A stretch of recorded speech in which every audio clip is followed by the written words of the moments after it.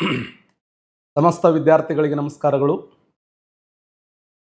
ನಿನ್ನೆಯ ಮುಂದುವರೆದ ಭಾಗ ಅರ್ಥಶಾಸ್ತ್ರಕ್ಕೆ ಸಂಬಂಧಪಟ್ಟಿರ್ತಕ್ಕಂಥ ವಿಚಾರವನ್ನು ಡಿಸ್ಕಸ್ ಮಾಡೋಣ. ನಿನ್ನೆ ನಾವು 20 ಕ್ವಶನ್ಗಳನ್ನು ಡಿಸ್ಕಸ್ ಮಾಡಿದ್ದೇವೆ. ಅದರ ಮುಂದುವರೆದ ಭಾಗ 1ನೇ question. Reserve bank of India ಇತ್ತೀಚೆಗೆ ಪರಿಚಯಿಸಿರುವ ಬ್ಯಾಂಕುಗಳು ಯಾವುದೇ ಮುನ್ಸೂಚನೆ ಇಲ್ಲದೆ ತಕ್ಷಣವೇ RBIನಿಂದ ತುರ್ತು ಹಣವನ್ನು ಸಾಲ ಪಡೆಯಬಹುದು ಹಾಗೂ ಪ್ರಸ್ತುತ ರೆಪೋ ದರಕ್ಕಿಂತ 0.25ನಷ್ಟು ಹೆಚ್ಚಾಗಿರುವ ದರ ಯಾವುದು ಅಂತ ಕ್ವಶನ್ ಇದೆ. ಅಂದ್ರೆ ಇತ್ತೀಚೆಗೆ ರಿಸರ್ವ್ ಬ್ಯಾಂಕ್ ಆಫ್ ಇಂಡಿಯಾ ತನ್ನ ಈ ಹಣದುಬ್ಬರ ಮತ್ತು ಹಣದ ಕುಗ್ಗುವಿಕೆಯನ್ನು ಕಂಟ್ರೋಲ್ ಮಾಡುವ ಸಲುವಾಗಿ ನಾನೇನು ಹೇಳ್ತಾ ಇದ್ದೆ ನಿಮ್ಗೆ, ಪರಿಮಾಣಾತ್ಮಕ ಮತ್ತು ಪ್ರಮಾಣಾತ್ಮಕವಾಗಿರುವಂಥ ಅಂಶಗಳಿಗೆ ಸಂಬಂಧಪಟ್ಟಂತೆ ರಿಸರ್ವ್ ಬ್ಯಾಂಕ್ ಆಫ್ ಇಂಡಿಯಾ ಇತ್ತೀಚೆಗೆ 2 ಅಂಶಗಳನ್ನು ಪರಿಚಯ ಮಾಡ್ತದ. ಅವುಗಳಲ್ಲಿ ಒಂದು ಬ್ಯಾಂಕ್ ದರ, ಮಾರ್ಜಿನಲ್ ಸ್ಟ್ಯಾಂಡಿಂಗ್ ಫೆಸಿಲಿಟಿ ದರ, ರಿಸರ್ವ್ ರೆಫೋ ದರ, ನಗದು ಮೀಸಲು ಅನುಪಾತ. ಆನ್ಸರ್ ಮಾಡಿ ಎಲ್ಲರೂ.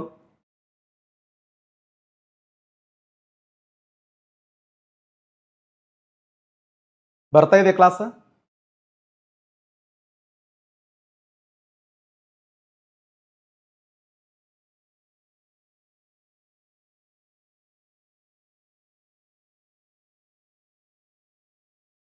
ಲೈವ್ ಬರ್ತಾ ಇದೆ?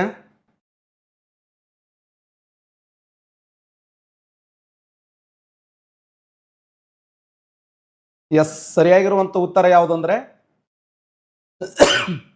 ಮಾರ್ಜಿನಲ್ ಸ್ಟ್ಯಾಂಡಿಂಗ್ ಫೆಸಿಲಿಟಿ ದರ. ನೋಡಿ, ಮಾರ್ಜಿನಲ್ ಸ್ಟ್ಯಾಂಡಿಂಗ್ ಫೆಸಿಲಿಟಿ ದರ ಅಂತಂದ್ರೆ ಇದು ಯಾವುದರ ಒಂದು ಭಾಗವಾಗಿದೆ ಅಂತಂದ್ರೆ, ರಿಸರ್ವ್ ಬ್ಯಾಂಕ್ ಆಫ್ ಇಂಡಿಯಾ ಇತ್ತೀಚೆಗೆ ಬ್ಯಾಂಕ್ಗಳಲ್ಲಿ ಯಾವುದೇ ಮುನ್ಸೂಚನೆ ಇಲ್ಲದೆ ತಕ್ಷಣವೇ RBIನಿಂದ ತುರ್ತು ಹಣ. ಹಾಗಾದರೆ reserve bank of India, RBI, ವಾಣಿಜ್ಯ ಬ್ಯಾಂಕ್ಗಳು ಏನು ಮಾಡ್ತಾವೆ ಅಂದ್ರೆ ಸಾಲ ಪಡಿತಾವೆ. ಈಗ ಜನಸಾಮಾನ್ಯರು ಸಾಲ ಎಲ್ಲಿಂದ ಪಡಿತಾರೆ ಅಂದ್ರೆ ಬ್ಯಾಂಕಿನಿಂದ ಸಾಲ ಪಡಿತಾರೆ. ಬ್ಯಾಂಕ್ಗಳು ಯಾವುದರಿಂದ ಸಾಲ ಪಡಿತಾವೆ ಅಂದ್ರೆ ರಿಸರ್ವ್ ಬ್ಯಾಂಕ್ ಆಫ್ ಇಂಡಿಯಾ. ಅದಕ್ಕೆ ರಿಸರ್ವ್ ಬ್ಯಾಂಕ್ ಆಫ್ ಇಂಡಿಯಾ ಏನಂತ ಕರೀತಾರೆ ಅಂದ್ರೆ ಬ್ಯಾಂಕುಗಳ ಬ್ಯಾಂಕ್ ಅಂತ ಕರೀತಾರೆ. ರಿಸರ್ವ್ ಬ್ಯಾಂಕ್ ಆಫ್ ಇಂಡಿಯಾನ ಬ್ಯಾಂಕುಗಳ ಬ್ಯಾಂಕ್ ಅಂತ ಕರೀತಾರೆ. ಇದನ್ನ ಕೇಂದ್ರ ಸರ್ಕಾರದ ಬ್ಯಾಂಕ್ ಅಂತ ಕರೀತಾರೆ. ನಮ್ಮ ದೇಶದ ಪತ್ತು ನಿಯಂತ್ರಣದ ಬ್ಯಾಂಕ್ ಅಂತ ಕರೀತಾರೆ. ಅಷ್ಟು ಫೇಮಸ್ ಇದು ರಿಸರ್ವ್ ಬ್ಯಾಂಕ್ ಆಫ್ ಇಂಡಿಯಾ. ನಮ್ಮ ದೇಶದಲ್ಲಿ ರಿಸರ್ವ್ ಬ್ಯಾಂಕ್ ಆಫ್ ಇಂಡಿಯಾ ಸ್ಥಾಪನೆಯಾಗಿದ್ದು ಯಾವಾಗ ಅಂದ್ರೆ 1935.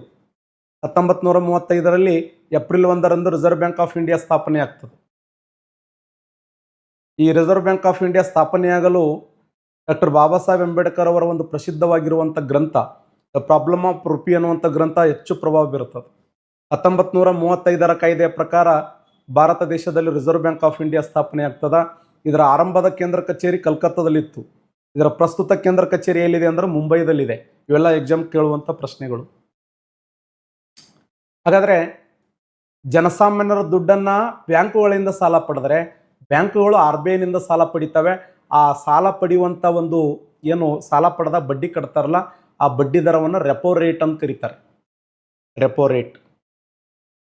ರೆಪೋ ರೇಟದ ಬದಲಾಗಿ ಇತ್ತೀಚೆಗೆ ಪರಿಚಯ ಮಾಡಿದಂಥ ಇನ್ನೊಂದು ವಿಶೇಷವಾಗಿರುವಂಥ ಅಂಶ ಯಾವುದಂದ್ರೆ ಅದು ಮಾರ್ಜಿನಲ್ ಸ್ಟ್ಯಾಂಡಿಂಗ್ ಫೆಸಿಲಿಟಿ ದರ ಅಂತ ಕರಿತೀವಿ. ಮಾರ್ಜಿನಲ್ ಸ್ಟ್ಯಾಂಡಿಂಗ್ ಫೆಸಿಲಿಟಿ ದರದ ವಿಶೇಷ ಏನು ಅಂತಂದ್ರೆ, ಈಗ ನಿಮ್ಗೆ SLR ಅಂತ ಹೇಳಿದ್ದೆ. ನಿಮಗೆ SLR ಅಂತ ಹೇಳಿ, SLR ಅಂದ್ರೆ ಏನು? ಶಾಸನಬದ್ಧ ದ್ರವ್ಯತಾ ಅನುಪಾತ ಅಂತ ಓದ್ತೀವಿ. 100 ರೂಪಾಯಿ ಅಮೌಂಟ್ ಜನಸಾಮಾನ್ಯರು ದುಡ್ಡು ಕಟ್ಟ್ಯಾರಂದ್ರೆ ಆ 100 ರೂಪಾಯಿದಾಗ 18 ರೂಪಾಯಿ ತಮ್ಮ ಕಡೆ ಇಟ್ಕೋಬೇಕು ಬ್ಯಾಂಕ್ಗಳು. 18 ರೂಪಾಯಿ ತಮ್ಮ ಕಡೆಗೆ ಪ್ರೆಸೆಂಟ್ 18% ಇದೆ. ಅದು ಒಂದು 100 ರೂಪಾಯಿ ಜನಸಾಮಾನ್ಯರು ವಾಣಿಜ್ಯ ಬ್ಯಾಂಕ್ಗಳಲ್ಲಿ ಹಣ ಇಟ್ಟಾರಂದ್ರೆ ಆ 100 ರೂಪಾಯಿದಲ್ಲಿ 18 ರೂಪಾಯಿ ತಮ್ಮ ಕಡೆ ಇಟ್ಕೋಬೇಕು. 4 ರೂಪಾಯಿ ಏನು ಮಾಡಬೇಕು ಅಂತಂದ್ರೆ RBIನಲ್ಲಿ ಇಡಬೇಕು. ಆ 4 ರೂಪಾಯಿ RBIನಲ್ಲಿ ಇಡೋದು ಏನಂತ ಕರೀತಾರೆ ಅಂತಂದ್ರೆ ನಗದು ಮೀಸಲು ಅನುಪಾತ ಅಂತ ಕರೀತಾರೆ. Cash reserve ratio.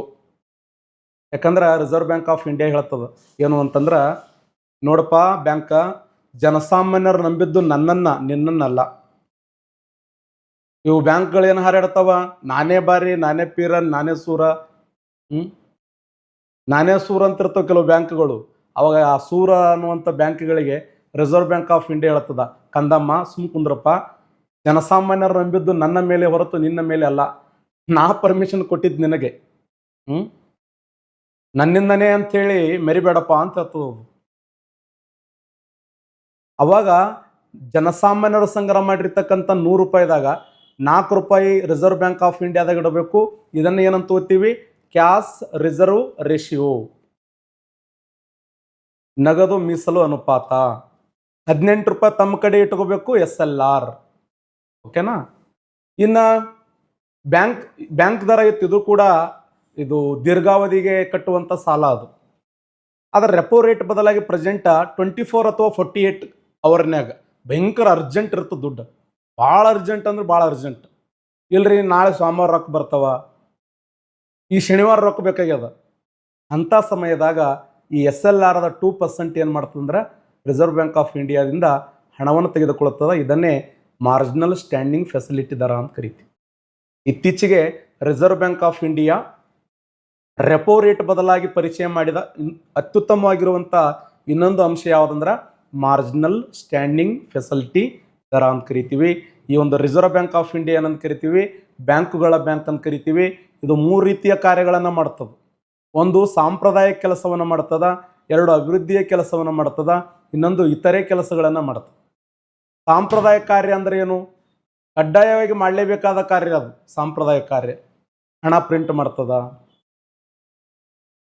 ಆಮೇಲೆ ಸರ್ಕಾರಗಳ ಮೇಲೆ ಮಾರ್ಗದರ್ಶನ ಮಾಡ್ತದ, ಹೊಸ ಬ್ಯಾಂಕ್ಗಳ ಸ್ಥಾಪನೆಗೆ ಅವಕಾಶ ಕೊಡ್ತದ, ಕೆಲವು ಬ್ಯಾಂಕ್ಗಳ ಏನು ಲೈಸೆನ್ಸನ್ನು ರದ್ದು ಮಾಡ್ತದ, ಪತ್ತು ನಿರ್ವಹಣೆಯನ್ನು ಮಾಡ್ತದ, ವೆರಿ ಇಂಪಾರ್ಟೆಂಟ್.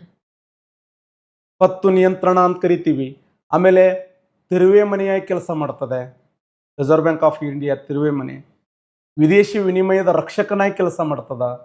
ವಿದೇಶಿ ಏನು ಇವತ್ತು ಭಾರತ ದೇಶ 689 ಪಾಯಿಂಟ್ ಇದೆ ವಿದೇಶಿ ವಿನಿಮಯ ದರ ನಮ್ಮ ದೇಶದಲ್ಲಿ ಪ್ರೆಸೆಂಟ. ನಾವು ಎಷ್ಟು ಅಂತಾರಾಷ್ಟ್ರೀಯ ಮಟ್ಟದ ವಿದೇಶಿ ವಿನಿಮಯ ಸಂಗ್ರಹ ನಮ್ಮ ಸಾಮರ್ಥ್ಯ ಎಷ್ಟಿದೆ ಅಂದರೆ $689 ಬಿಲಿಯನ್ ಡಾಲರ್ ಇದೆ. Billion $689 billion. ಯಾರವರು ಎಲ್ಲರೂ ಲೈಕ್ ಮಾಡ್ರಿ ಅನ್ನೋರು?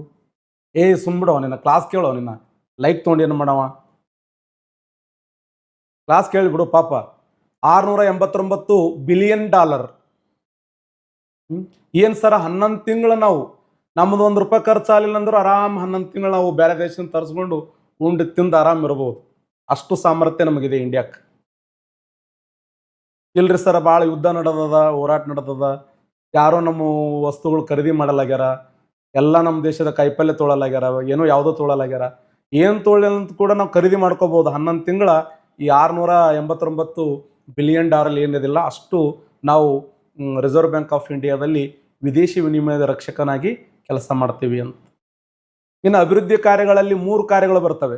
ಕೃಷಿ ಅಭಿವೃದ್ಧಿಗಾಗಿ ನಬಾರ್ಡ್ ಬ್ಯಾಂಕ್ ಸ್ಥಾಪನೆ ಮಾಡ್ಯದ, ಕೈಗಾರಿಕಾ ಅಭಿವೃದ್ಧಿಗಾಗಿ IDBI ಬ್ಯಾಂಕ್ ಸ್ಥಾಪನೆ ಮಾಡ್ಯದ, ಇನ್ನು ವಿದೇಶಿ ವ್ಯಾಪಾರದ ವೃದ್ಧಿಗಾಗಿ ಎಕ್ಸಿಮ್ ಬ್ಯಾಂಕ್ ಸ್ಥಾಪನೆ ಮಾಡ್ಯದ.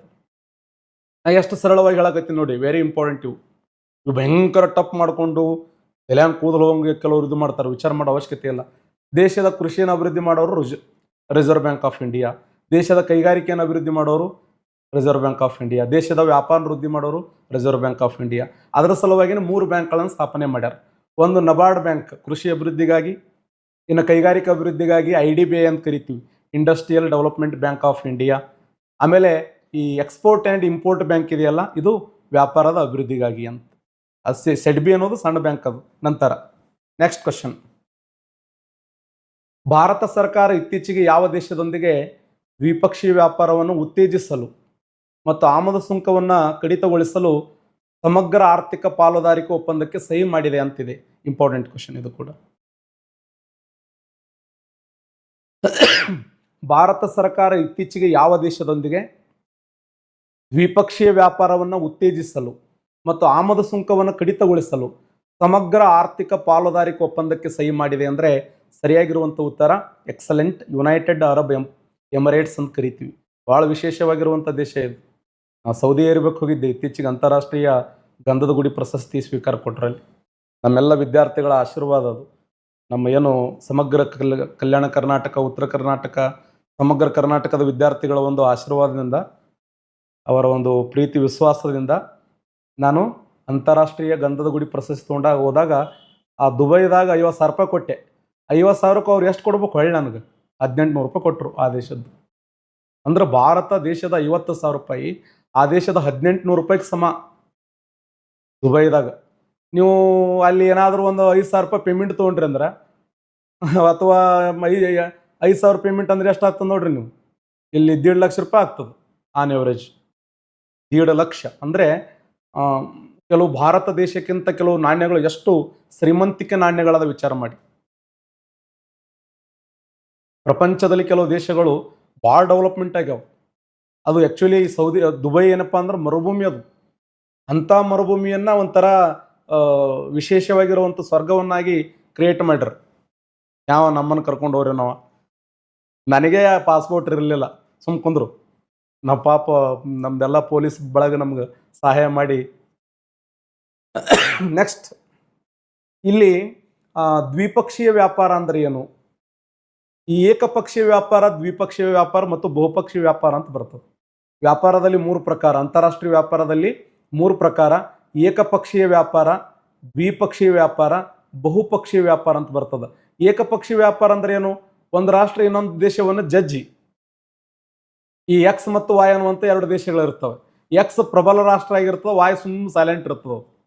ಆ ಪ್ರಬಲವಾಗಿರುವಂಥ ದೇಶ ದುರ್ಬಲವಾಗಿರುವಂಥ ವಾಯು ದೇಶಗೆ ಜಜ್ಜಿ ಇಲ್ಲಿರುವಂಥ ಎಲ್ಲ ಸಂಪನ್ಮೂಲಗಳು ಕಸ್ಕೊಂಡು ವ್ಯಾಪಾರ ಮಾಡ್ತಂದ್ರೆ ಏಕಪಕ್ಷೀಯ ವ್ಯಾಪಾರ. ಏಕಪಕ್ಷೀಯ ವ್ಯಾಪಾರ ಅಂದ್ರೆ ಒಂದ್ ದೇಶದ ಪ್ರಾಬಲ್ಯ ಜಾಸ್ತಿ ಇರ್ತದೆ. ಉದಾಹರಣೆ, ನಾವು 1947ಕ್ಕಿಂತ ಮುಂಚೆ ಭಾರತ ಮತ್ತು ಇಂಗ್ಲೆಂಡ್ ದೇಶದ ಮಧ್ಯದಲ್ಲಿ ಏಕಪಕ್ಷೀಯ ವ್ಯಾಪಾರ ಇತ್ತು. ಅವ್ರು ಏನೇನು ಬೇಕು ನಮ್ಮ ದೇಶದಿಂದ ತೊಗೊಂಡು ಹೋಗ್ತಿದ್ರು. ಆಮೇಲೆ ನಿಮ್ಗೆಲ್ಲ ಗೊತ್ತ, ಡ್ರೇನ್ ಥಿಯರಿ ಸಿದ್ಧಾಂತ ಇದೆ. ಆ ಡ್ರೇನ್ ಥಿಯರಿ ಸಿದ್ಧಾಂತವನ್ನು ಮಂಡಿಸಿದವರು ದಾದಾಬಾಯಿ ನವರೋಜಿ ಅವರು. ಕರೆಕ್ಟಾ? ಒಂದು ಪ್ರಾಬಲ್ಯವಾಗಿರುವಂಥ ದೇಶ ದುರ್ಬಲವಾದ ದೇಶದೊಂದಿಗೆ ತನ್ನ ಆಶಯ ಆಕಾಂಕ್ಷೆಗಳನ್ನ ಅಭಿವೃದ್ಧಿ ಮಾಡಿಕೊಳ್ಳುವ ಸಲುವಾಗಿ ಈ ದೇಶವನ್ನು ಬಳಸಿಕೊಳ್ಳುವುದು ಏಕಪಕ್ಷೀಯ ವ್ಯಾಪಾರ. ಇನ್ನು ದ್ವಿಪಕ್ಷೀಯ ವ್ಯಾಪಾರ ಅಂದ್ರೆ ಏನು? ಎರಡೂ ಸಮಾನವಾಗಿರುವಂಥ ರಾಷ್ಟ್ರಗಳು, ನಾನು ನಿನಗ ಒಂದು ವಸ್ತು ಕೊಡ್ತೇನೆ, ನೀನು ನನ್ನ ಒಂದು ವಸ್ತು ಕೊಡು, ಸಮಾನ. ಬಹುಪಕ್ಷೀಯ ಅಂದ್ರೆ ಏನು? ಎರಡಕ್ಕಿಂತ ಹೆಚ್ಚು ದೇಶಗಳು ಕೂಡಿಕೊಂಡು ಮಾಡುವಂಥ ವ್ಯಾಪಾರವನ್ನು ಬಹುಪಕ್ಷೀಯ ವ್ಯಾಪಾರ ಅಂತ ಕರಿತೀವಿ. ಉದಾಹರಣೆ, ಸಾರ್ಕ್ ಆಗಿರಬಹುದು, ಬಿಮ್ಸ್ಟೆಕ್ ಆಗಿರಬಹುದು, G7 ರಾಷ್ಟ್ರಗಳಾಗಿರಬಹುದು. ಸರಿಯಾದಂಥ ಉತ್ತರ ಯುನೈಟೆಡ್ ಅರಬ್ ಎಮರೈಟ್ಸ್ ಅನ್ನುವಂಥ ದೇಶದೊಂದಿಗೆ ದ್ವಿಪಕ್ಷೀಯ ವ್ಯಾಪಾರವನ್ನು ಉತ್ತೇಜನ ಮಾಡಲು. ಅಂದ್ರೆ 4 ವಿಚಾರದಲ್ಲಿ ಅವ್ರು ಹೇಳ್ಯಾರ: ಸರಕು ಮತ್ತು ಸರಕುಗಳ ವಿಚಾರದಲ್ಲಿ, ಸೇವೆಗಳ ವಿಚಾರದಲ್ಲಿ, ಹೂಡಿಕೆ ವಿಚಾರದಲ್ಲಿ ಮತ್ತು ಬೌದ್ಧಿಕತೆ ವಿಚಾರದಲ್ಲಿ.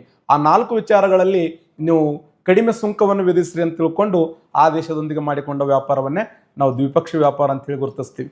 ನೆಕ್ಸ್ಟ್, ಕೇಂದ್ರ ಸರ್ಕಾರ ಇತ್ತೀಚೆಗೆ ಆದಾಯದ ತೆರಿಗೆ ನಿಯಮಗಳ ಪ್ರಕಾರ ದೇಶದ ಸಂಬಳ ಪಡೆಯುವ ನೌಕರರ ಹೊಸ ಆದಾಯ ತೆರಿಗೆ ಪದ್ಧತಿ ಎಡಿ ವಾರ್ಷಿಕ ಎಷ್ಟು ರೂಪಾಯಿದವರೆಗಿನ ಆದಾಯಕ್ಕೆ ಯಾವುದೇ ತೆರಿಗೆಯನ್ನು ಪಾವತಿಸಬೇಕಾಗಿಲ್ಲ? 5 ಲಕ್ಷ, 10 ಲಕ್ಷ, 12 ಲಕ್ಷ,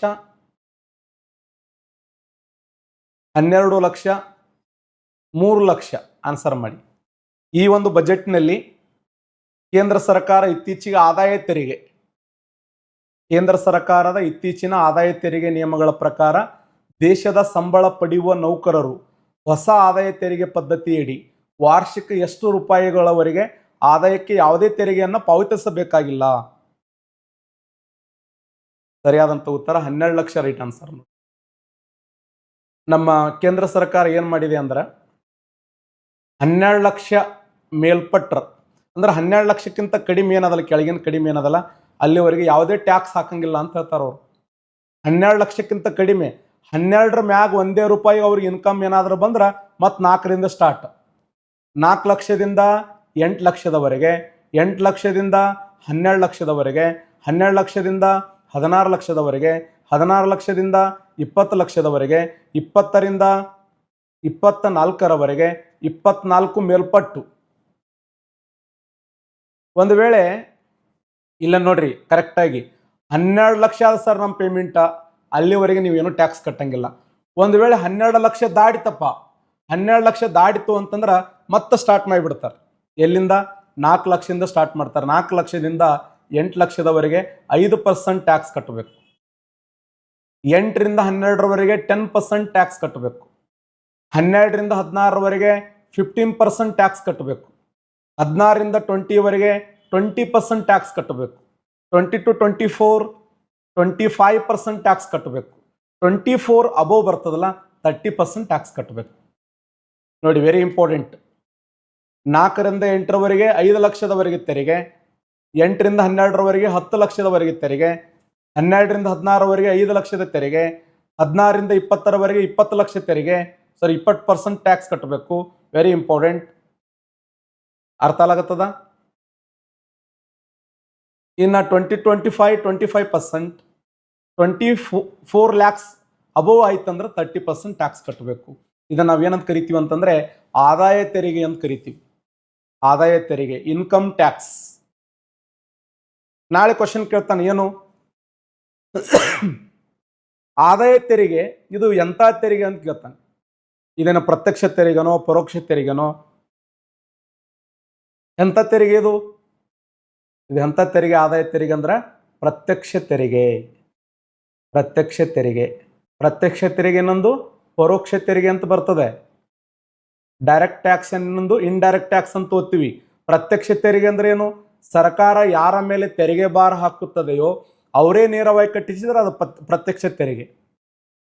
ಈ ನನ್ನ ಮೇಲೆ ಟ್ಯಾಕ್ಸ್ ಹಾಕ್ತಂದ್ರೆ ನಾನೇ ಕಟ್ಟೋದು, ನಿಮ್ಮ ಮೇಲೆ ಟ್ಯಾಕ್ಸ್ ಹಾಕಿದ್ರೆ ನೀವೇ ಕಟ್ಟೋದು ಡೈರೆಕ್ಟ್. ಸರ್ಕಾರ ಯಾರ ಮೇಲೆ ತೆರಿಗೆ ಭಾರ ಹಾಕುತ್ತದೆಯೋ ಅವರೇ ಡೈರೆಕ್ಟ್ ಕಟ್ಟಿದ್ರೆ ಅದನ್ನ ಪ್ರತ್ಯಕ್ಷ ತೆರಿಗೆ ಅಂತ ಕರಿತೀವಿ. ತೆರಿಗೆ ಭಾರವನ್ನು ಇನ್ನೊಬ್ಬರ ಮೇಲೆ ವರ್ಗಾಯಿಸುವಂತಿದ್ದರೆ ಅದನ್ನ ಪರೋಕ್ಷ ತೆರಿಗೆ ಅಂತ ಓದ್ತೀವಿ, ಇಂಡೈರೆಕ್ಟ್ ಟ್ಯಾಕ್ಸ್. ಸರ್ಕಾರ ಎಕ್ಸ್ ಅನ್ನುವಂಥ ವ್ಯಕ್ತಿ ಮೇಲೆ ಟ್ಯಾಕ್ಸ್ ಹಾಕ್ತದೆ. ಆ ಎಕ್ಸ್ ಏನ್ ಮಾಡ್ತಾನ? ಇಲ್ರಿ ವಾಯ್ ಕಟ್ತಾನ ಅಂತ ಹೇಳ್ತಾನ. ವಾಯ್ ಏನ್ ಹೇಳ್ತಾನ? ಇಲ್ರಿ ಜಡ್ ಕಟ್ತಾನ ಅಂತ ಹೇಳ್ತಾನ.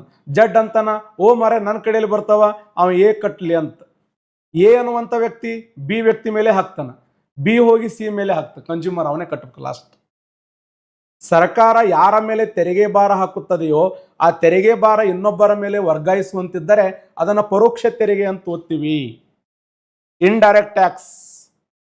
ಇಂಡೈರೆಕ್ಟ್ ಟ್ಯಾಕ್ಸ್ ದಲ್ಲಿ ಯಾವ ಬರ್ತವೆ? GST ಬರ್ತದ, very important. Value added tax ಬರ್ತದ, ಇದೇ ಕೇಳ್ತಾನೆ ಕ್ವಶನ್, ವೆರಿ ಇಂಪಾರ್ಟೆಂಟ್. ಸರಕು ಮತ್ತು ಸೇವಾ ತೆರಿಗೆ ಬರ್ತದ, ಸರಕು ಮತ್ತು ಸೇವಾ ತೆರಿಗೆ ಬರ್ತದ. ಸರಿ, ಸರಕು ಸೇರಿಗೆ GST ಇದೆ.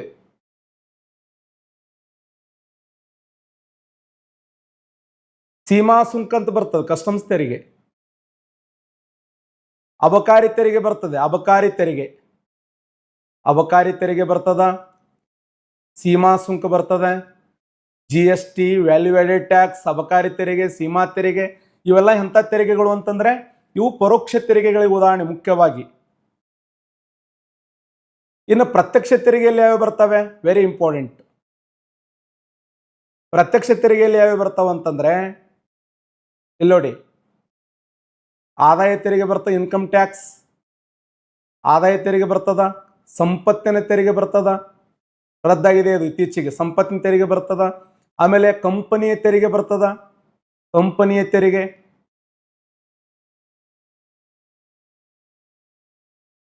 ಕಾರ್ಪೊರೇಷನ್ ಟ್ಯಾಕ್ಸ್ ಅಂತ ಕರೀತಾರೆ ಇದಕ್ಕೆ. ಸಂಪತ್ತಿನ ತೆರಿಗೆ, ಆದಾಯ ತೆರಿಗೆ, ಕಾಣಿಕಾ ತೆರಿಗೆ ಅಂತ ಬರ್ತದ, ಗಿಫ್ಟ್ ಟ್ಯಾಕ್ಸ್. ಸರ್ಕಾರ ಯಾರ ಮೇಲೆ ಟ್ಯಾಕ್ಸ್ ಅನ್ನು ಹಾಕ್ತದೋ ಅವರೇ ಕಟ್ಟಿದರೆ ಪ್ರತ್ಯಕ್ಷ ತೆರಿಗೆ. ಆ ತೆರಿಗೆ ಭಾರವನ್ನು ಇನ್ನೊಬ್ಬರ ಮೇಲೆ ವರ್ಗಾಯಿಸುವಂತಿದ್ದರೆ ಅದನ್ನ ಪರೋಕ್ಷ ತೆರಿಗೆ. ಪರೋಕ್ಷ ತೆರಿಗೆ ಉದಾಹರಣೆ GST ಆಗಿರಬಹುದು, ವ್ಯಾಟ್ ಆಗಿರಬಹುದು, ಅಬಕಾರಿ ತೆರಿಗೆ ಆಗಿರಬಹುದು, ಸೀಮಾ ತೆರಿಗೆ ಆಗಿರಬಹುದು. ಇವೆಲ್ಲವೂ ಪರೋಕ್ಷ ತೆರಿಗೆಗೆ ಉದಾಹರಣೆಯಾಗಿವೆ. ಕರೆಕ್ಟಾ? ಪ್ರತ್ಯಕ್ಷ ತೆರಿಗೆ ಇನ್ನೊಂದು ಪರೋಕ್ಷ ತೆರಿಗೆ. ಈ ಪ್ರತ್ಯಕ್ಷ ತೆರಿಗೆ ಪರೋಕ್ಷ ತೆರಿಗೆ ಎರಡು ಸೇರಿ ಏನಾಗ್ತವೆ? ತೆರಿಗೆ ಆದಾಯ ಅಂತ ಬರ್ತವೆ. ತೆರಿಗೆ ಆದಾಯ, ತೆರಿಗೆ ತರ ಆದಾಯ ಅಂತ ಬರ್ತದೆ, ಅದು ಬೇಡ. ಒಟ್ಟಾರೆಯಾಗಿ ಕೇಂದ್ರ ಸರ್ಕಾರ ಇತ್ತೀಚೆಗೆ ಆದಾಯ ತೆರಿಗೆ ನಿಯಮಗಳ ಪ್ರಕಾರ ದೇಶದ ಸಂಬಳ ಪಡೆಯುವ ನೌಕರರು ಹೊಸ ಆದಾಯ ಅಂದ್ರೆ 12 ಲಕ್ಷದವರೆಗೆ, ಟೋಟಲ್ 12 ಲಕ್ಷದವರೆಗೆ. ಒಂದು ವೇಳೆ 12 ಲಕ್ಷ ದಾಡಿತ್ತು ಅಂತಂದ್ರೆ ಆಟೋಮೆಟಿಕ್ ಟ್ಯಾಕ್ಸ್ ರೇಟ್ ಏನಾಗ್ತದ? ಜಾಸ್ತಿ ಆಗ್ತದೆ. ನೆಕ್ಸ್ಟ್ ಕ್ವಶನ್, IMF ನ ಪ್ರಸ್ತುತ ವ್ಯವಸ್ಥಾಪಕ ನಿರ್ದೇಶಕರು ಯಾರು? ಇಂಪಾರ್ಟೆಂಟ್ ಕ್ವಶನ್, ಆನ್ಸರ್ ಮಾಡಿ ಎಲ್ಲರೂ.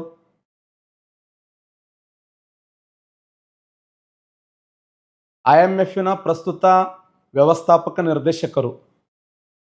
IMF ವಿಶೇಷ ಏನು ಅಂದ್ರೆ ಇದು ಅಂತಾರಾಷ್ಟ್ರೀಯ ಒಂದು ವೈಶಿಷ್ಟ್ಯತೆಯಿಂದ ಕೂಡಿರ್ತಕ್ಕಂಥ ಬ್ಯಾಂಕ್. ಇದು ಜಗತ್ತಿನಲ್ಲಿ 2 ಬ್ಯಾಂಕ್ಗಳನ್ನು ಅವಳಿ ಬ್ಯಾಂಕ್ಗಳು ಅಂತ ಕರಿತೀವಿ.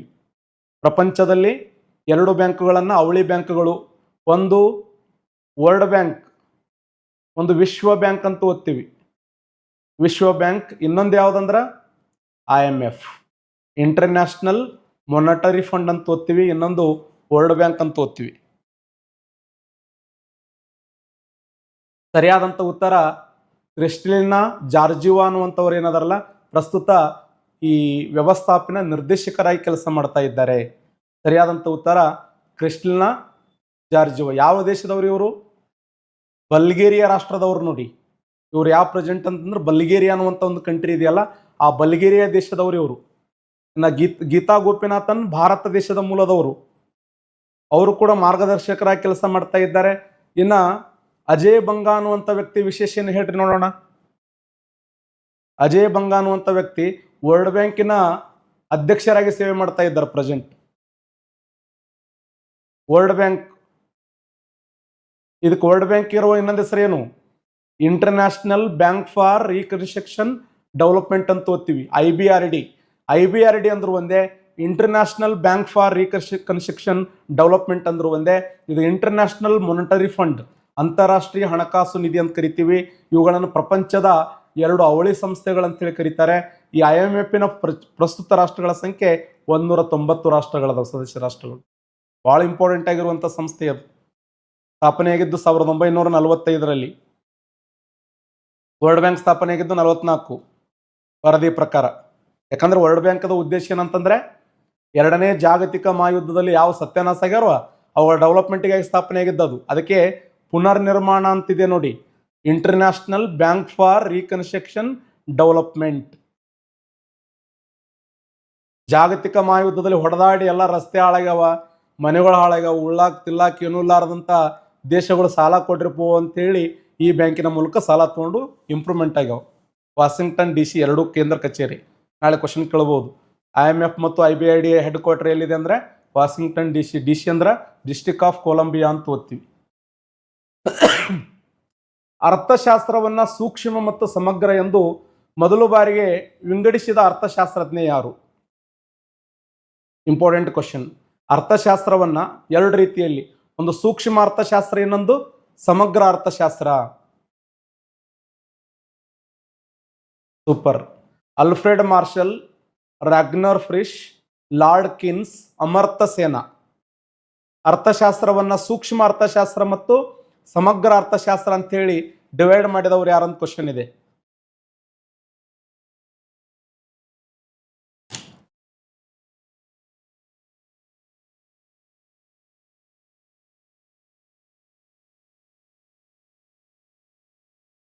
ಸರಿಯಾದಂಥ ಉತ್ತರ ರಾಗ್ನರ್ ಫ್ರಿಶ್ ಅನ್ನುವಂಥ ವ್ಯಕ್ತಿ. ನೋಡಿ, ವೆರಿ ಇಂಪಾರ್ಟೆಂಟ್.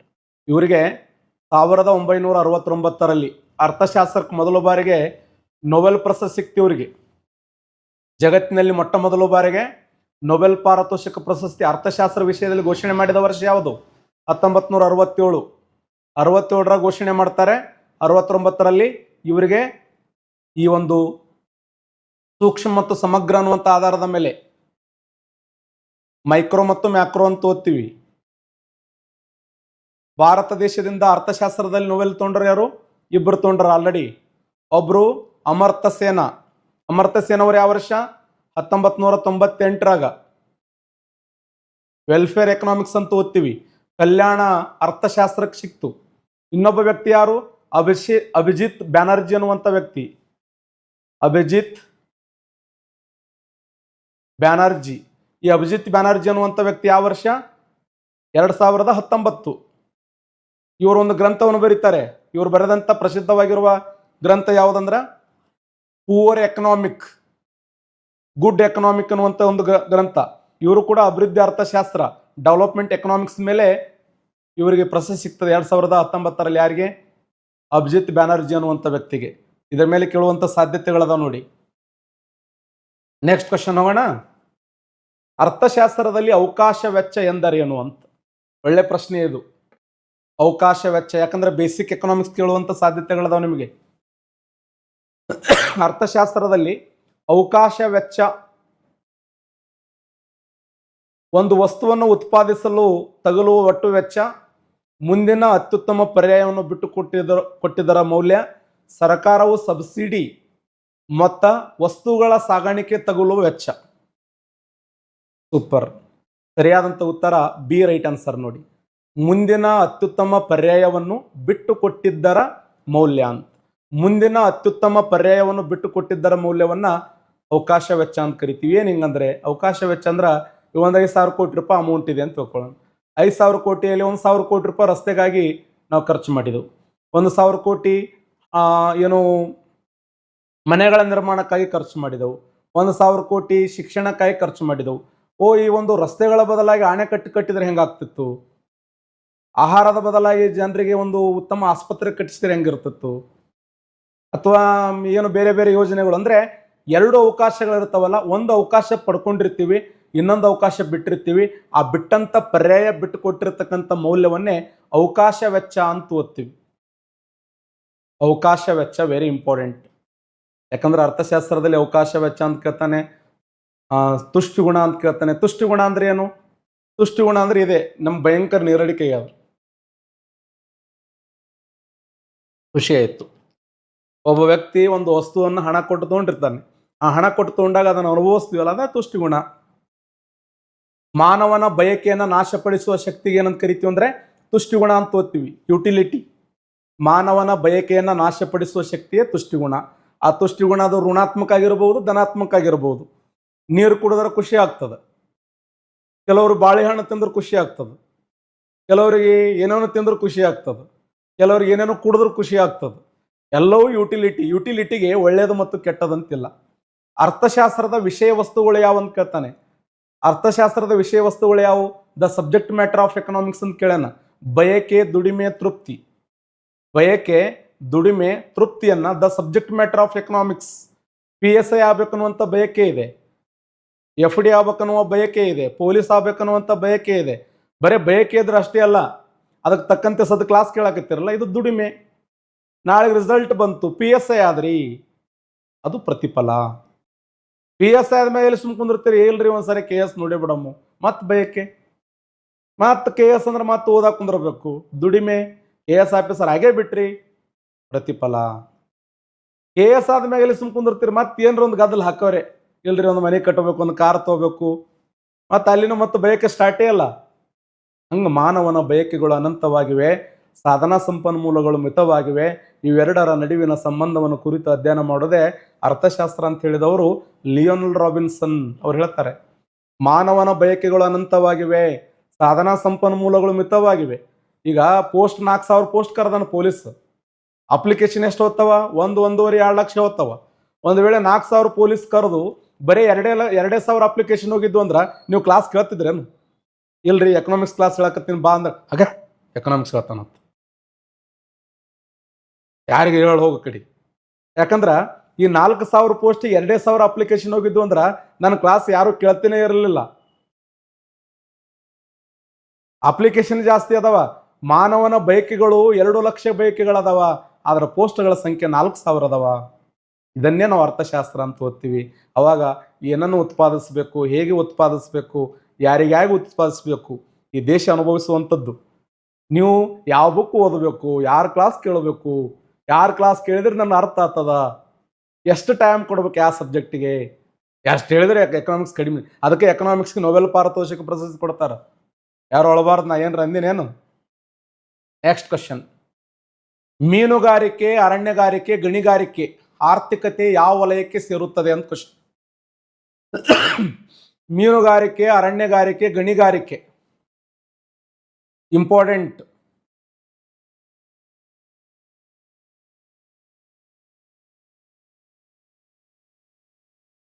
ಮೀನುಗಾರಿಕೆ, ಅರಣ್ಯಗಾರಿಕೆ, ಗಣಿಗಾರಿಕೆ ಆರ್ಥಿಕತೆಯ ಯಾವ ವಲಯದಲ್ಲಿ ಬರ್ತಾವಂದ್ರೆ ರೈಟ್ ಆನ್ಸರ್ ಯಾವಂದ್ರೆ ಪ್ರಾಥಮಿಕ ವಲಯ, ಪ್ರೈಮರಿ ಸೆಕ್ಟರ್ ಅಂತ ಓದ್ತೀವಿ.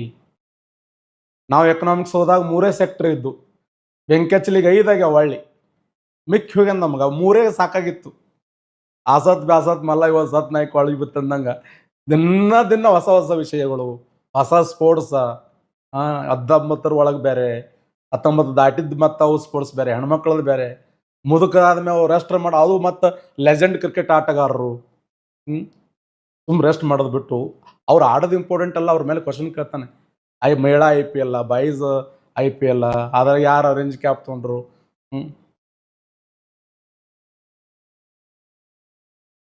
ಎಷ್ಟು ಮಿಕ್ಕದ ಏನು ಸುದ್ದಿ. ಈಗ ಅರಣ್ಯಗಾರಿಕೆ, ಮೀನುಗಾರಿಕೆ, ಗಣಿಗಾರಿಕೆ ಪ್ರಾಥಮಿಕ ವಲಯದಲ್ಲಿ ಬರ್ತದೆ, ಪ್ರೈಮರಿ ಸೆಕ್ಟರ್ ಅಂತ ಕರಿತೀವಿ. ಪ್ರಾಥಮಿಕ ವಲಯ ಇದನ್ನು ಕೃಷಿ ವಲಯ ಅಂತ ಓದ್ತೀವಿ. ದ್ವಿತೀಯ ವಲಯವನ್ನ ಕೈಗಾರಿಕಾ ವಲಯ ಅಂತ ಓದ್ತೀವಿ. ತೃತೀಯ ವಲಯವನ್ನ ಸೇವಾ ವಲಯ ಅಂತ ಓದ್ತೀವಿ. ಇತ್ತೀಚೆಗೆ ಮತ್ತೆ 2 ಎಕ್ಸ್ಟ್ರಾ ಸೇರಿಸ್ಯಾರ, ಚತುರ್ಥ ವಲಯ, ಪಂಚಮ ವಲಯ ಸೇರಿಸ್ರಿ ಇನ್ನೊಂದು 4.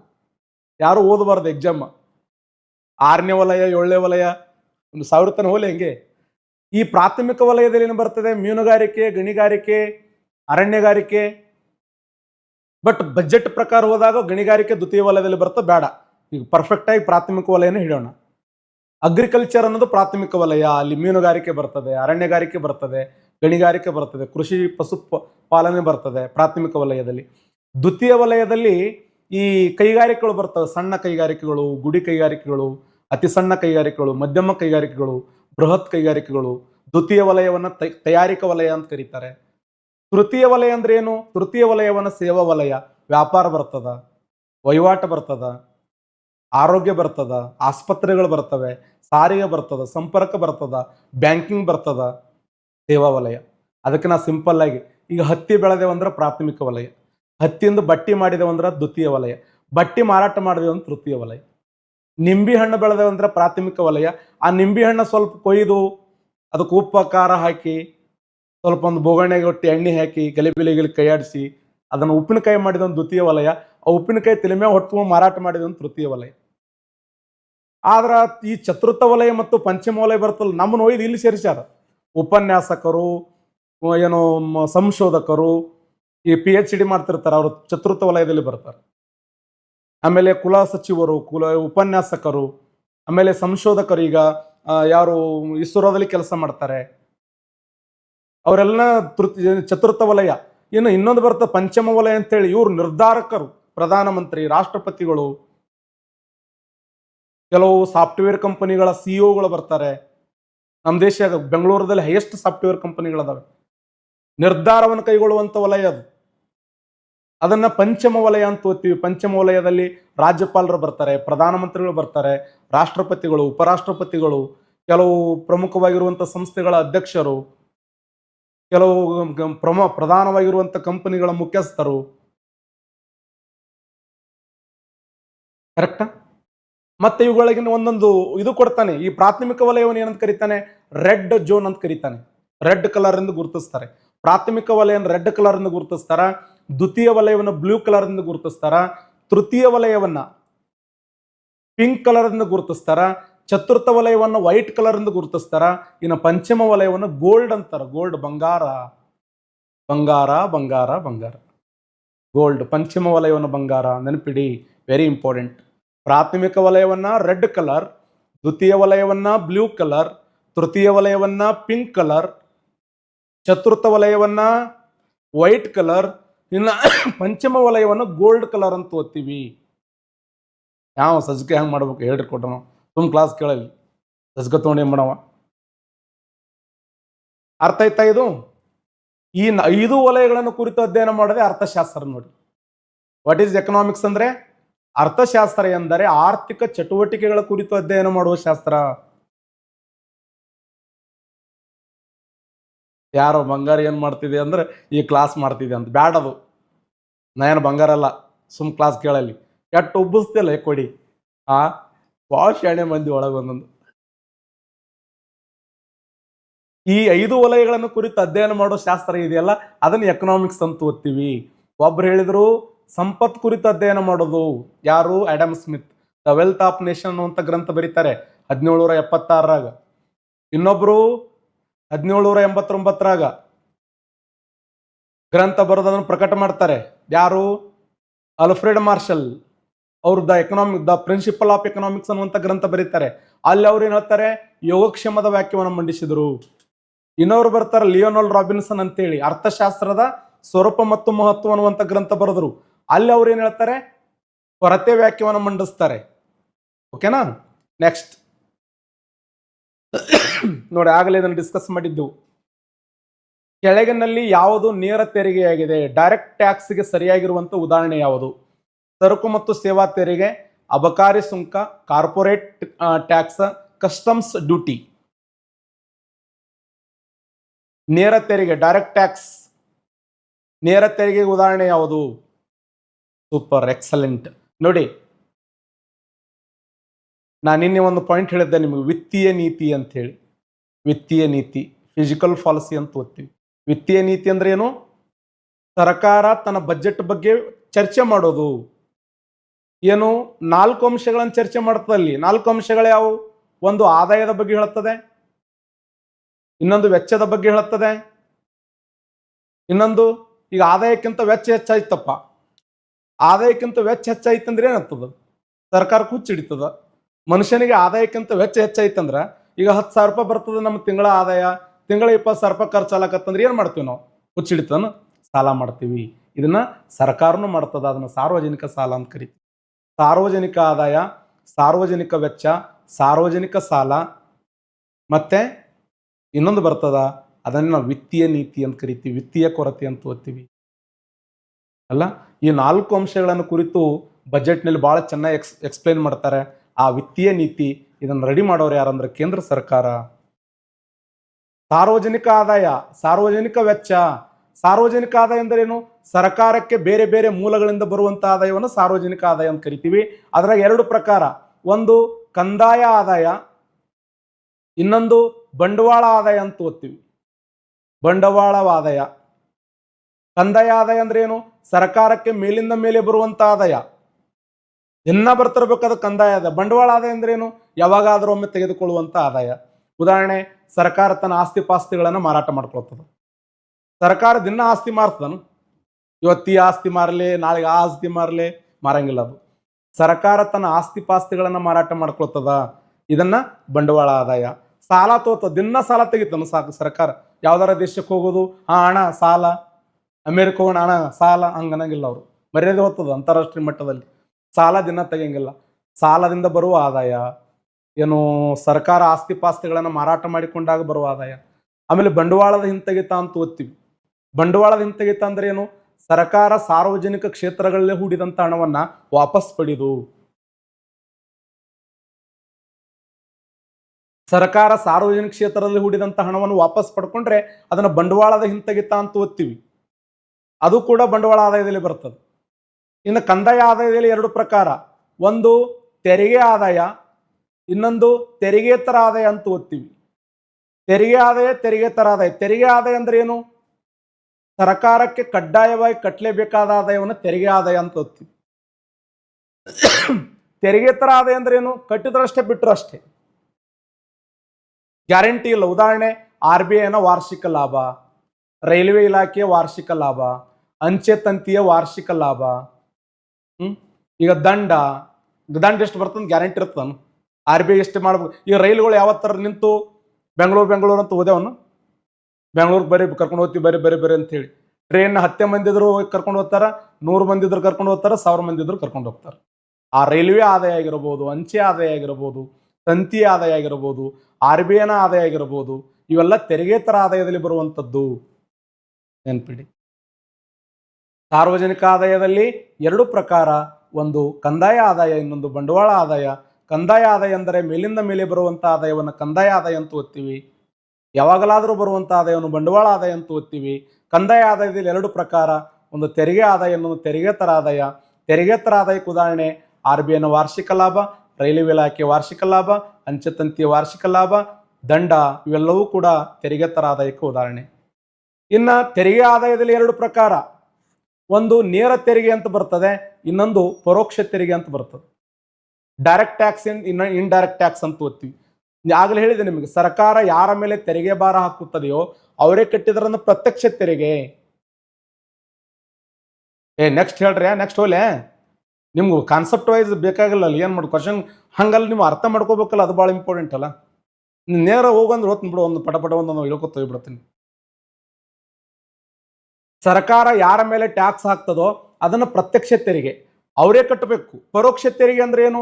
ಸರ್ಕಾರ ತೆರಿಗೆ ಭಾರವನ್ನು ಇನ್ನೊಬ್ಬರ ಮೇಲೆ ವರ್ಗಾಯಿಸುವುದು. ಇಲ್ಲಿ ಸಿಂಪಲ್ ಆಗಿ ಹೇಳ್ಬಿಡ್ತೀನಿ ನೋಡಿ. ಈ ಬಾಟ್ಲಿ ಮೇಲೆ ಹಾಕಿದ್ರೆ ಯಾವ ತೆರಿಗೆ ಹೇಳ್ರಿ ನೋಡಮ್, ನೀವು ಎಷ್ಟು ಶಾಣೆ ಅಂತ ಗೊತ್ತಾತ. ನೀರಿನ ಬಾಟ್ಲಿ ಅದಲ್ಲ, ಇದಕ್ಕೆ 10 ರೂಪಾಯಿ ಇದೆ. ಇದಕ್ಕೆ ಟಾಟಾ ಕಾಫರ್ ನೀರಿನ ಬಾಟ್ಲಿ 10 ರೂಪಾಯಿ, ಇದಕ್ಕೆ ಟ್ಯಾಕ್ಸ್ ಹಾಕ್ತಾರ. ಇದಕ್ಕೆ ಯಾವ ತೆರಿಗೆ ಹೇಳ್ರಿ ನೋಡಮ್ಮ? ಅದೇ ಪರೋಕ್ಷ ತೆರಿಗೆಯಲ್ಲಿ ಯಾವುದು ಕಡಿ ಗಣೇಶನ್? S, excellent. ಯಾರು? ಒಬ್ರು ಮಹಿ ಕರೆಕ್ಟ್ ಆನ್ಸರ್ ಮಾಡಿಯಪ್ಪಿ. ಇದಕ್ಕೆ ಅಬಕಾರಿ ತೆರಿಗೆ ಅಂತ ಓದ್ತೀವಿ. ಅಬಕಾರಿ ತೆರಿಗೆ ಅಂದ್ರೆ ಏನು? ಬರೇ ಪಾನ್ ಪರಕ, ಸಿಗರೇಟ, ಜ್ಯೂಸ್ ಮೇಲೆ ಅಷ್ಟೇ ಅಲ್ಲ, ಕಾರ್ಖಾನೆಯಲ್ಲಿ ಉತ್ಪಾದನೆಯಾಗುವ ಪ್ರತಿ ವಸ್ತುಗಳ ಮೇಲೆ ಹಾಕುವ ತೆರಿಗೆ. ನೆನಪಿಡಿ, ಅಬಕಾರಿ ತೆರಿಗೆ ಅಂದ್ರೆ ಏನು? ಕಾರ್ಖಾನೆಯಲ್ಲಿ ಉತ್ಪಾದನೆಯಾಗುವ ಪ್ರತಿ ವಸ್ತುಗಳ ಮೇಲೆ ಹಾಕುವ ತೆರಿಗೆಯನ್ನ ಅಬಕಾರಿ ತೆರಿಗೆ ಅಂತ ಓದ್ತೀವಿ. ಇದು ಟಾಟಾ ಕಂಪನಿ ಏನು ಟಾಟಾ ನೀರಿನ ಬಾಟ್ಲಿ ಇದೆಯಲ್ಲ, ಇದ್ರ ಕಂಪನಿ ಮಾಲೀಕ ನಾನು. ಒಂದು ವೇಳೆ ನನ್ನ ಮೇಲೆ ಹಾಕಿದರೆ ಅದನ್ನ ಏನಂತ ಓದ್ತೀವಿ ಗೊತ್ತಾ? ಅದನ್ನ ಕಾರ್ಪೊರೇಟ್ ಟ್ಯಾಕ್ಸ್ ಅಂತ ಓದ್ತೀವಿ. ಕಂಪನಿ ತೆರಿಗೆ ಅಂತ ಓದ್ತೀವಿ. ಕಂಪನಿ ತೆರಿಗೆ ನೋಡಿ, ಕಂಪನಿ ಮೇಲೆ ಹಾಕಿದ್ರೆ ಕಂಪನಿ ತೆರಿಗೆ, ಅಲ್ಲಿ ಉತ್ಪಾದನೆ ಆಗುವ ವಸ್ತುಗಳ ಮೇಲೆ ಹಾಕಿದ್ರೆ ಅಬಕಾರಿ ತೆರಿಗೆ. ಎಷ್ಟು ಸಿಂಪಲ್ ಇದೆ ಸರ್. ಹಂಗ್ರಿ? ಹೌದು. ಈಗ ಈ ನೀರಿನ ಬಾಟ್ಲಿ 10 ರೂಪಾಯಿ ಕೊಡ್ತಾರಂದ್ರ ಅವ್ರಿಗೆ ರೇಟ್ ಎಷ್ಟು ಬಿದ್ದಿರ್ತದೆ ಗೊತ್ತಾ? ಭಾಳ ಅಂದ್ರೆ 5 ರೂಪಾಯಿ ಬಿದ್ದಿರ್ತದೆ. 5 ರೂಪಾಯಿ ಹೋಗಿ ಏನಾಗ್ತದ? ಇನ್ನೊಬ್ರ ಕೈಗೆ 6 ರೂಪಾಯಿ ಆಗ್ತದ. 6 ರೂಪಾಯಿ ಹೋಗಿ ಇನ್ನೊಬ್ರ ಕೈಗೆ 7 ರೂಪಾಯಿ ಆಗ್ತದ. ಇನ್ನೊಬ್ಬ ಏನು ಮಾಡ್ತಾನೆ? 8 ರೂಪಾಯಿ. ಲಾಸ್ಟ್ ನಾ 10 ರೂಪಾಯಿ ಕೊಡ್ಲಾಕತ್ತೀನಿ, ನಾನೇ ಕನ್ಸ್ಯೂಮರ್. ಸರ್ಕಾರ ಈ ಸಗಟು ವ್ಯಾಪಾರಸ್ಥರು ಮತ್ತು ಚಿಲ್ಲರೆ ವ್ಯಾಪಾರಸ್ಥರು ಅಂತ ಬರ್ತಾರೆ. ಸಗಟು ವ್ಯಾಪಾರಸ್ಥರು ಅಂದ್ರೆ ಯಾರು? ಸಗಟು ವ್ಯಾಪಾರಸ್ಥರು ಅಂದ್ರೆ ಹೋಲ್ಸೇಲ್, ಸಿಂಪಲ್ ಹೇಳ್ಬೇಕಂದ್ರೆ ಲಾರಿಗಟ್ಲೆ ಮಾರಾಟ ಮಾಡ್ತಾರೆ. ಇನ್ನು ಚಿಲ್ಲರೆ ವ್ಯಾಪಾರಸ್ಥರು ಅಂದ್ರೆ ಏನು? ಒಂದು ಬೆಂಟದ ಇಂಥದೊಂದು ಬೆಲ್ಲದ ಪೆಂಟಿ ತರ್ತಾರೆ. ಈ ಬೆಲ್ಲದ ಪೆಂಟಿ ತಂದು ಇದನ್ನ 6 ತಿಂಗಳಗಟ್ಲೆ ಮಾರಾಟ ಮಾಡೋದು. ಬ್ಯಾಸರಾಗಿ ಅವರೇ ಒಂದಿನ ಸಜ್ಕ ಮಾಡ್ಕೊಂಡು ಉಂಡು ಬಿಡ್ತಾರೆ. ಇದನ್ನ ಏನಂತ ಕರಿತೀವಿ ಅಂದ್ರೆ ಚಿಲ್ಲರೆ ವ್ಯಾಪಾರಸ್ಥರು ಅಂತ ಕರೀತಾರೆ. ಬೆಲ್ಲದ ಪೆಂಟಿ ಲಾಸ್ಟ್ ಮಾರಿ ಮಾರಿ ಮಾರಿ ಒಟ್ಟ ಹೋಗಲಾಗ್ಯದ, ಈ ಅಮಾಸಿಗೆ ಇದನ್ನ ಹಾಕಿಬಿಡಪ್ಪ, ಸಜಕಕ್ಕೆ ಹಾಕಿಬಿಡು ಅಂದಾಗ ಸಜಕದ ಮ್ಯಾಗ ಅದು ತಿಂದು ಒಂದು ಇದನ್ನ ಏನ್ ಕರಿತೀವಿ ಅಂದ್ರೆ ಈ ಟ್ರಕ್ಗಟ್ಲೆ ಬೆಲ್ಲ ಮಾರಾಟ ಮಾಡ್ತಿದ್ರ ಸಗಟು ವ್ಯಾಪಾರಸ್ಥರು. ಒಂದೇ ಪೆಂಟಿ 1 ತಿಂಗಳು ಮಾರಾಟ ಮಾಡ್ತಿದ್ರ ಅದನ್ನ ಚಿಲ್ಲರೆ ವ್ಯಾಪಾರಸ್ಥರು ಅಂತ ಕರಿತೀವಿ. ಲಾಸ್ಟ್ ತೊಗೊಳ್ಳೋ ಯಾರಂದ್ರೆ ಗ್ರಾಹಕ. ಅವ ಟ್ಯಾಕ್ಸ್ ಕಟ್ತಿದ್ದ ಅಂದ್ರೆ ಅದನ್ನ ಪರೋಕ್ಷ ತೆರಿಗೆ. ಅರ್ಥ ಆಯ್ತಾ? ನೇರ ತೆರಿಗೆಗೆ ಉದಾಹರಣೆ ಯಾವುವು? ಆದಾಯ ತೆರಿಗೆ, ಇನ್ಕಮ್ ಟ್ಯಾಕ್ಸ್, ಆದಾಯ ತೆರಿಗೆ. ಎರಡನೇದ್ದು ಯಾವುದು? ಕಂಪನಿ ತೆರಿಗೆ. ಮತ್ತೆ ಕಾಣಿಕಾ ತೆರಿಗೆ, ಕಾಣಿಕೆ ಗಿಫ್ಟ್ ತೆರಿಗೆ. ಸಂಪತ್ತಿನ ತೆರಿಗೆ, ಸಂಪತ್ತಿನ ತೆರಿಗೆ. ಎಸ್ಟೇಟ್ ಟ್ಯಾಕ್ಸ್ ಅಂತ ಬರ್ತದೆ, ಎಸ್ಟೇಟ್ ಟ್ಯಾಕ್ಸ್ ಅಂತ ಹೇಳಿ. ಇವೆಲ್ಲ. ಇನ್ನು ಪರೋಕ್ಷ ತೆರಿಗೆ ಉದಾಹರಣೆ ಯಾವುವು? GST. ಇತ್ತೀಚೆಗೆ GSTಗೆ ಸಂಬಂಧಪಟ್ಟಂತೆ 3 ಏನು ಸ್ಲಾಗ್ಗಳನ್ನು ಹಾಕ್ಯಾರ. ಒಂದು 5% ಟ್ಯಾಕ್ಸ್, ಇನ್ನೊಂದು 18% ಟ್ಯಾಕ್ಸ್, ಇನ್ನೊಂದು 40% ಟ್ಯಾಕ್ಸ್. ನಾಳೆ ಕೇಳೋ ಸಾಧ್ಯತೆ ಅದ ನೋಡಿ. ಈ ಬಜೆಟ್ನಲ್ಲಿ GSTಗೆ ಸಂಬಂಧಪಟ್ಟಂಗೆ 3 ಥರದ ಟ್ಯಾಕ್ಸ್ ಅನ್ನು ವಿಧಿಸಿದ್ದಾರೆ. 3 ಥರ ಯಾವುದು? 5%, 18%, 40%. GST ಸಂವಿಧಾನದ 101ನೇ ತಿದ್ದುಪಡಿ, ಭಾರತ ಸಂವಿಧಾನದ 101ನೇ ತಿದ್ದುಪಡಿ GSTಗೆ ಸಂಬಂಧಪಟ್ಟಿರ್ತಕ್ಕಂಥದ್ದು. 3 ಥರದ ಸ್ಲ್ಯಾಬ್. ಮೊದಲು ಎಷ್ಟಿತ್ತು? 5, 0 ಇತ್ತು, 5 ಇತ್ತು, 12 ಇತ್ತು, 80 ಇತ್ತು, 18 ಇತ್ತು. ಈ ಪ್ರೆಸೆಂಟ್ 5, 18, 40. ಅಲ್ಕೋಹಾಲ್ ಇದೆಯಲ್ಲ 40 ಆಗಿದೆ ನೋಡಿ. ಅಲ್ಕೋಹಾಲ್ ಈ ಪೆನ್ನಿಗೆ ಪೇಪರ್ ನ್ಯೂಸ್ ಪೇಪರ್ ಯೂಸ್ ಮಾಡ್ತಾ 5%. ಇನ್ನು ಎಜುಕೇಶನ್ 18% ಬರ್ತದೆ.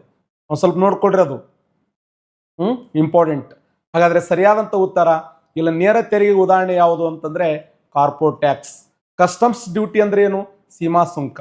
ಕರ್ನಾಟಕದಿಂದ ಮಹಾರಾಷ್ಟ್ರಕ್ಕೆ ಹೋಗುವಾಗ ಟ್ಯಾಕ್ಸ್ ಹಾಕ್ತಾರೆ, ಮಹಾರಾಷ್ಟ್ರದಿಂದ ಕರ್ನಾಟಕ ಬರುವಾಗ ಗಡಿಯಲ್ಲಿ ಟ್ಯಾಕ್ಸ್ ಹಾಕ್ತಾರೆ. ಅಬಕಾರಿ ತೆರಿಗೆ ಅಂದ್ರೆ ಏನು? ಉತ್ಪಾದನೆಯಾಗುವ ಸರಕು ಸೇವೆಗಳ ಮೇಲೆ, ಕಾರ್ಖಾನೆಯಲ್ಲಿ ಉತ್ಪಾದನೆಯಾಗುವ ಪ್ರತಿ ಸರಕು ಸೇವೆಗಳ ಮೇಲೆ ಹಾಕುವ ಟ್ಯಾಕ್ಸ್ ಅನ್ನ ಅಬಕಾರಿ ತೆರಿಗೆ ಅಂತ ಓದ್ತೀವಿ. ಇನ್ನ GST ಅಂದ್ರೆ ಸೇವಾ ತೆರಿಗೆ. ಕಾರ್ಪೊರೇಟ್ ಟ್ಯಾಕ್ಸ್ ಅಂದ್ರೆ ಜಸ್ಟ್ ಹೇಳಿದ್ನಲ್ಲ, ಕಂಪನಿ ತೆರಿಗೆ. ಇದು ಪ್ರತ್ಯಕ್ಷ ತೆರಿಗೆ ಉದಾಹರಣೆಯಾಗಿದೆ. Next question. ಭಾರತ ವಿದೇಶಿ ವಿನಿಮಯ ಮೀಸಲು ನಿಧಿಯ ಉಸ್ತುವಾರಿ ಅಥವಾ ರಕ್ಷಕ ಯಾರಾಗಿದ್ದಾರೆ? ಫಾರಿನ್ ಎಕ್ಸ್ಚೇಂಜ್ ಏನು ರಿಸರ್ವ್ ಅಂತ ಓದ್ತೀವಿ. ನಾಗಲೇ ಹೇಳಿದೆ ನಿಮಗೆ, ವಿದೇಶಿ ವಿನಿಮಯದ ರಕ್ಷಕನಾಗಿ, ಉಸ್ತುವಾರಿ ರಕ್ಷಕನಾಗಿ, ನಿಧಿಯ ರಕ್ಷಕನಾಗಿ ಯಾರು ಕೆಲಸ ಮಾಡ್ತಾರೆ? ಸ್ಟೇಟ್ ಬ್ಯಾಂಕ್ ಆಫ್ ಇಂಡಿಯಾದವ್ರು ಕೆಲಸ ಮಾಡ್ತಾರ, ಕೇಂದ್ರ ಹಣಕಾಸು ಸಚಿವಾಲಯ ಕೆಲಸ ಮಾಡ್ತದ, ರಿಸರ್ವ್ ಬ್ಯಾಂಕ್ ಆಫ್ ಇಂಡಿಯಾ ಕೆಲಸ ಮಾಡ್ತದ, ಎಕ್ಸಿಮ್ ಬ್ಯಾಂಕ್ ಕೆಲಸ ಮಾಡ್ತದ. ಸೂಪರ್. ಸರಿಯಾದಂಥ ಉತ್ತರ reserve bank of India. RBI ಕೆಲಸ ಮಾಡ್ತದ. RBI ಅನ್ನ ಬ್ಯಾಂಕ್ಗಳ ಬ್ಯಾಂಕ್ ಅಂತ ಕರಿತೀವಿ. ಇದನ್ನು ಸರ್ಕಾರದ ಬ್ಯಾಂಕ್ ಆಗಿ ಕೆಲಸ ಮಾಡ್ತದೆ reserve bank of India. Very important. Reserve bank of India ಸ್ಥಾಪನೆಯಾದ ವರ್ಷ 1935. ಇದರ ಕೇಂದ್ರ ಕಚೇರಿ ಮುಂಬೈದಲ್ಲಿದೆ. ಇದು 4 ಉಪಕೇಂದ್ರ ಕಚೇರಿಗಳನ್ನು ಒಳಗೊಂಡಿದೆ. ನಮ್ಮ ದೇಶದಲ್ಲಿ ಹಣವನ್ನು ಪ್ರಿಂಟ್ ಮಾಡುವ ಇವರೇ. ₹1 ಹೊರತುಪಡಿಸಿ ಉಳಿದೆಲ್ಲ ಹಣದ ಮೇಲೆ ಯಾರು ಸಹಿ ಇರುತ್ತೆ ಅಂತ ಕೇಳೋಣ. Reserve bank of India governor ಸಹಿ ಇರ್ತದೆ. ₹1 ಪ್ರಿಂಟ್ ಮಾಡೋರು ಯಾರು ಒಂದು ಕ್ವಶನ್ ಆಗಿದೆ.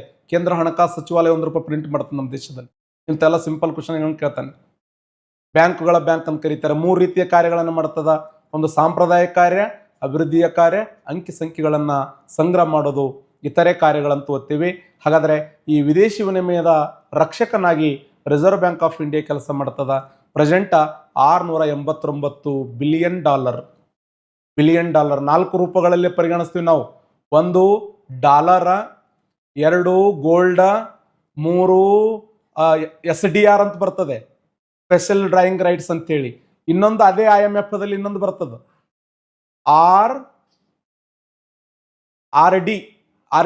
RTP ಅನ್ನುವಂಥ ಒಂದು ಅಂಶ ಬರ್ತದೆ. RTP ಅದೇ RTP ಏನಪ್ಪ ಅಂದ್ರೆ ನಾವು IMF ನ ಒಂದು ನಮ್ದು ಹಕ್ಕಿದೆಯಲ್ಲ, ಅದ್ರ ಪ್ರಕಾರ ನಾವು ದುಡ್ಡನ್ನು ತೋತೀವಿ. ಅಲ್ಲಿ ನೋಡಿ, ಈ ವಿದೇಶಿ ವಿನಿಮಯದ ರಕ್ಷಕದಲ್ಲಿ ಎಷ್ಟು ಅಂಶಗಳಂದ್ರೆ 4 ಅಂಶಗಳು. 1 ಡಾಲರ್ ರೂಪದಲ್ಲಿ ಸಂಗ್ರಹ ಮಾಡ್ತೀವಿ, ಗೋಲ್ಡ್ ರೂಪದಲ್ಲಿ ಸಂಗ್ರಹ ಮಾಡ್ತೀವಿ, SDR ಚಿನ್ನದ ಕಾಗದ ಅಂತ ಓದ್ತೀವಿ. ನಮ್ದು ಎಷ್ಟಿದೆ ಪಾಲ್? 2.4 ಇದೆ. 2.4% ಎಲ್ಲಿ? IMF ದಲ್ಲಿ. ಕ್ವಶನ್ ಕೇಳೇನ ಇದನ್ನ. ರಿಸರ್ವ್ ಬ್ಯಾಂಕ್ ಆಫ್ ಇಂಡಿಯಾ ಅಥವಾ ಭಾರತ ದೇಶದ ಪಾಲು IMF ದಲ್ಲಿ ಎಷ್ಟು % ಇದೆ ಅಂದ್ರೆ 2.4 ಇದೆ. ಇದನ್ನು SDR ಅಂತ ಓದ್ತೀವಿ.